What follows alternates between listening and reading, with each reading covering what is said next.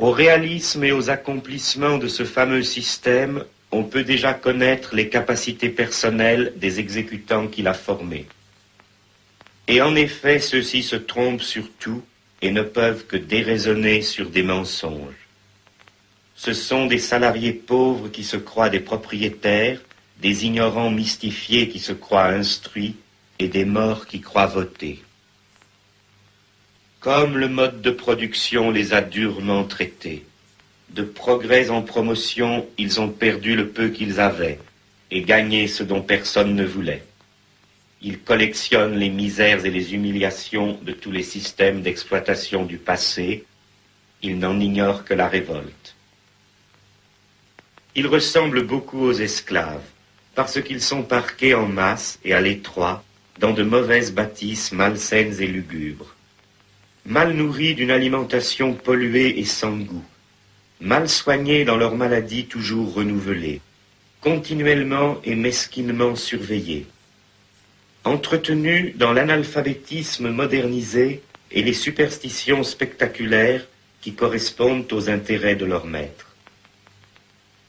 Ils sont transplantés loin de leur province ou de leur quartier, dans un paysage nouveau et hostile, suivant les convenances concentrationnaires de l'industrie présente. Ils ne sont que des chiffres dans des graphiques que dressent des imbéciles. Ils meurent par séries sur les routes, à chaque épidémie de grippe, à chaque vague de chaleur, à chaque erreur de ceux qui falsifient leurs aliments, à chaque innovation technique profitable aux multiples entrepreneurs d'un décor dont ils essuient les plâtres. On leur parle toujours comme à des enfants obéissants, à qui il suffit de dire « il faut », et ils veulent bien le croire. Mais surtout, on les traite comme des enfants stupides, devant qui bafouillent et délirent des dizaines de spécialisations paternalistes, improvisées de la veille, leur faisant admettre n'importe quoi en le leur disant n'importe comment, et aussi bien le contraire le lendemain.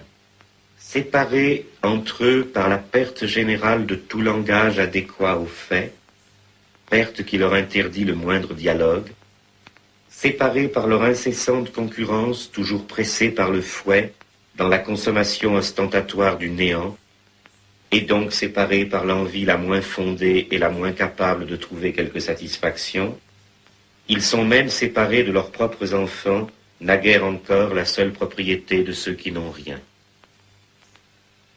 On leur enlève en bas âge le contrôle de ces enfants, déjà leurs rivaux, qui n'écoutent plus du tout les opinions informes de leurs parents et sourient de leur échec flagrant, méprisent non sans raison leur origine et se sentent bien davantage les fils du spectacle régnant que de ceux de ces domestiques qui les ont par hasard engendrés.